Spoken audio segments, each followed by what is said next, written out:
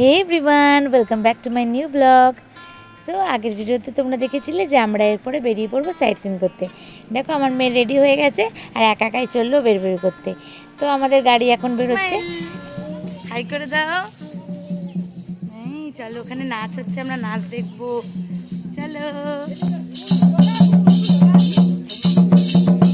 ওই দেখ।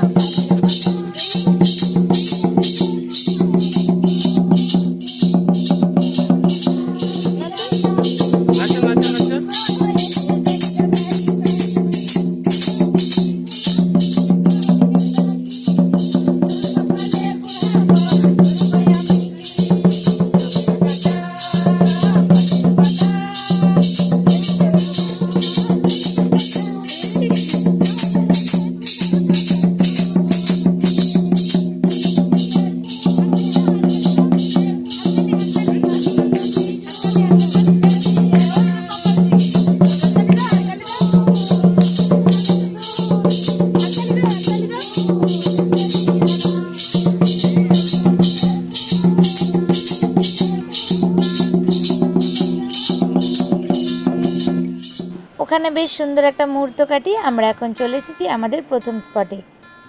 আমরা তো ছোটোবেলায় সবাই বয়ে পড়েছি যে আমাদের ছোট নদী চলে একে বাঁকে, বৈশাখ মাসে তার হাঁটু জল থাকে। তো সেই নদীর সামনেই আমরা এখন চলে এসেছি। এটা হলো সেই কোপাই নদী, বিখ্যাত কোপাই নদী, যেখানে বৈশাখ মাসে বা বর্ষাকালে সত্যিই হয়তো হাঁটু জল থাকে, কিন্তু এখন যেহেতু অনেকটাই খরা চলছে তাই জলটা শুকিয়ে গেছে। মেয়েকে দাঁড় করিয়ে এখানে অনেকগুলো ছবি তুলে নিয়েছি। ও যখন বড় হবে আর এই কবিতাটা বইয়ে পড়বে তখন ওকে ছবিগুলো দেখাবো। তারপরে আমরা বেরিয়ে পড়লাম নেক্সট স্পটের উদ্দেশ্যে। তো আস্তে আস্তে এখন আমরা প্রবেশ করছি বিশ্বভারতী ইউনিভার্সিটিতে। যেহেতু এখন পুরো জায়গাটাই সরকার দ্বারা সংরক্ষিত, তো অনেক জায়গাতেই প্রবেশ করা নিষেধ। তো আমাদের টোটো গাইড দাদা আমাদের বাইরে থেকেই অনেক কিছু দেখিয়ে আমাদের বুঝিয়ে দিচ্ছিল যে কোথায় ঠিক কী কী আছে।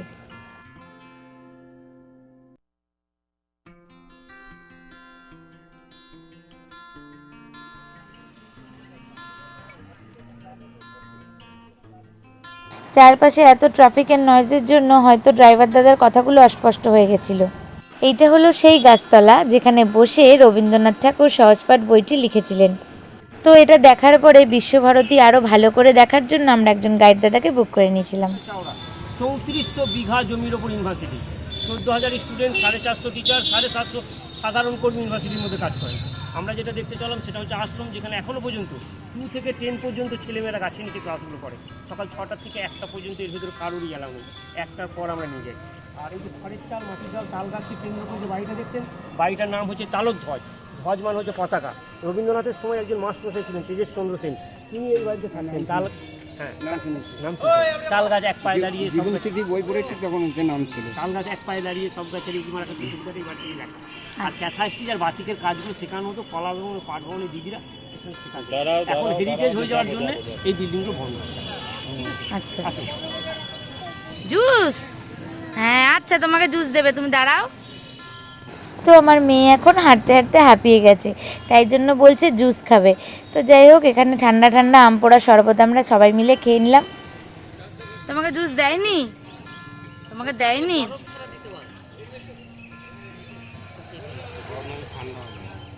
ভালো জুস, ভালো শোনা, ভালো, এইদিকে তাকাও, ভালো খেতে। ব্রাহ্ম মন্দিরটা পাঁচ মন্দির উপাসনা গৃহ 1890 সালে এর ভিত স্থাপন হয়। 1891 সালে প্রতিষ্ঠা করলেন রবীন্দ্রনাথের বরদা দ্বিজেন্দ্রনাথ ঠাকুর। সেই প্রতিষ্ঠার সময় ব্রাহ্ম ধর্মের সম্বন্ধে কিছু কথা বলেন সত্যেন্দ্রনাথ ঠাকুর। আর রবীন্দ্রনাথ ঠাকুর রবীন্দ্রসঙ্গীত গেয়েছেন। প্রত্যেক বুধবার এটা খোলা হয়। বুধবারে ব্রাহ্ম ধর্মের উপাসনা হয়। বেলজিয়ামের কাঁচ, ইটালি। তখনকার দিনে আপনার 15,000 টাকা খরচ হয়েছিল এই মন্দিরটি তৈরি করতে। বুধবার ছাড়া বিশেষ বিশেষ দিন, যেমন গুরুদেবের জন্মদিন, গুরুদেবের মৃত্যুদিন, সন্ধ্যেবেলায় অনুষ্ঠান হয়। কিন্তু যখনই যাবেন সাদা বস্ত্র পরে যেতে হবে, আপনার প্রার্থনা হয়। আচ্ছা, ব্রহ্ম সমাজে তো আপনার ব্রহ্ম মূর্তি পূজা হয় সমাজটা না। আলাদা, ওটা ব্রহ্ম সমাজ ওমকে মানে হ্যাঁ হ্যাঁ। রবীন্দ্রনাথ দাদা স্থাপন করেছিল।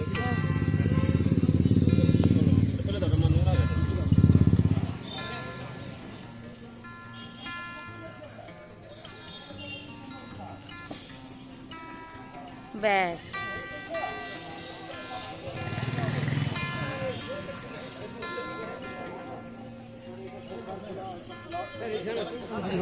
এই গাড়ির নাম করে এই জায়গাটার নাম হয়েছিল শান্তিনিকেতন। 1863 সালে বাইরে তৈরি করানো হয় অতিথিশালা হিসেবে, গেস্ট হাউস হিসেবে। বর্তমানে কিন্তু এটাও একটা মিউজিয়াম, দেবেন্দ্রনাথ ঠাকুর মিউজিয়াম। ওই রবীন্দ্র মিউজিয়ামে এই মিউজিয়ামটা দেখতে হচ্ছে, কিন্তু হেরিটেজ হয়ে যাওয়ার পর থেকে ভেতরে কাজ করতে বলে বন্ধ আছে। আর সামনে যে স্ট্রাকচারটা দেখছেন এটার নাম হচ্ছে অনির্বাণ শিখা। সামনে দেখুন ঘরের সামনে একটা স্ট্রাকচার দেখতে পাচ্ছেন, অনির্বাণ শিখা রামকিঙ্কর বেশের তৈরি। এর ওপর মানে স্ট্রাকচারের মাথার ওপরে যদি লাইট বা আলো পড়ে সামনের দিকে একটা শ্যাডো দেখতে পাওয়া যায়, সেই শ্যাডো দেখা যায় মাতার শিশুকে কোলে নিয়ে দাঁড়িয়ে আছে, মা দাঁড়িয়ে চাই। এই বাড়িতে থাকাকালীন রবীন্দ্রনাথ ঠাকুর অনেকগুলো গান কবিতা লিখেছেন, তার মধ্যে শরৎ কবিতাটা আমরা সবাই পড়েছি। এসেছে শরৎ লেগেছে হওয়ার পরে সকালবেলায় ঘাসের আগায় চিঠির কাঁথা আমলকি, এই গান দিয়ে গাছগুলো দেখেছেন সবই আমলকি গাছ। আমলকি বন কাপে যেন তার বুক করে ফাগুন পাতা পাতানোর সময় শীতকালে পাতাগুলো খুঁজে আমলকি দাঁড়িয়ে থাকে।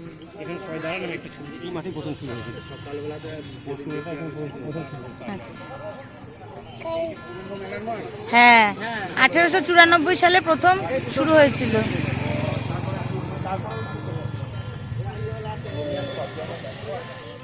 খুব সুন্দর তো ফুলটা। রজনীগন্ধা হ্যাঁ,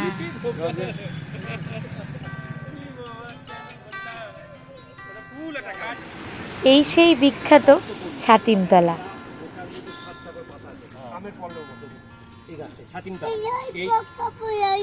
মানে একটা কড়ি, সেই কড়ির বিনিময়ে কলকাতা হাইকোর্ট থেকে উনি 20 বিঘে জায়গা মৌরসি পাট্টা নিয়েছিলেন। সেই পাট্টা নেওয়ার ফলে আইনের দিকে একটু গন্ডগোল হয়, তখন তিনি কি করলেন, বছরই 5 টাকা কাজ ধার্য করি। শর্টকাটে হয়েছে 1 টাকা দিয়ে উনি 20 বিঘে জায়গা। সেই জায়গার এখন মূল্য কত, মানে কোটি কোটি, 20 কোটিও হবে না। 1901 সাল 1901 সাল। 5 জন ছাত্র এই সামনে যেটা কিন্তু বাচ্চাদের খেলা করতে পারে, কিন্তু বাচ্চাদের সামনে বেরিয়ে প্রথম ক্লাস শুরু হয়েছে। তার মধ্যে রবীন্দ্রনাথ বড় ছেলে রবীন্দ্রনাথ, অশোক কুমার গুপ্ত, প্রেম কুমার গুপ্ত, গৌরী গুপ্ত, 5 জন ছাত্রকে নিয়ে ওই ভেতরে প্রথম ক্লাস শুরু হয়। তার মধ্যে রবীন্দ্রনাথের বড় ছেলে রবীন্দ্রনাথ ঠাকুর ছিলেন। এর ভেতরে অজস্র বেদি করা আছে, 2 থেকে 10 পর্যন্ত ক্লাসগুলো ওই গাছের নিচে নিচে হয়, সকাল 6টা থেকে 1টা পর্যন্ত এর ভেতরে ক্লাস পাঠটা। ওই তো পাটা যে ওই পুরো এরিয়ার ওটা আমরা গাছের নিচে ক্লাস। আচ্ছা, ওই ছোটলা করে আসার সময় বললাম এখনো না দেখা যাবে। হ্যাঁ, রবিবার না হলে দেখা যেত, রবিবার না হলে দেখা যেত বাইরে থেকে যে ক্লাস হচ্ছে।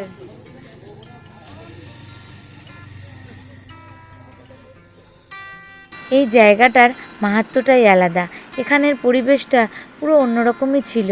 আর এখানে একটা খুব সুন্দর ফুলের গাছ দেখলাম, তার নাম ছিল কুরচি। নন্দলাল বসুর জন্মদিন প্রোগ্রাম, আচ্ছা, এটা কিন্তু কলাভবন ডিপার্টমেন্টের অফিস ঘর। আর এই ভেতরেই নন্দলাল বসুর ছবিগুলো রাখা আছে আপনার।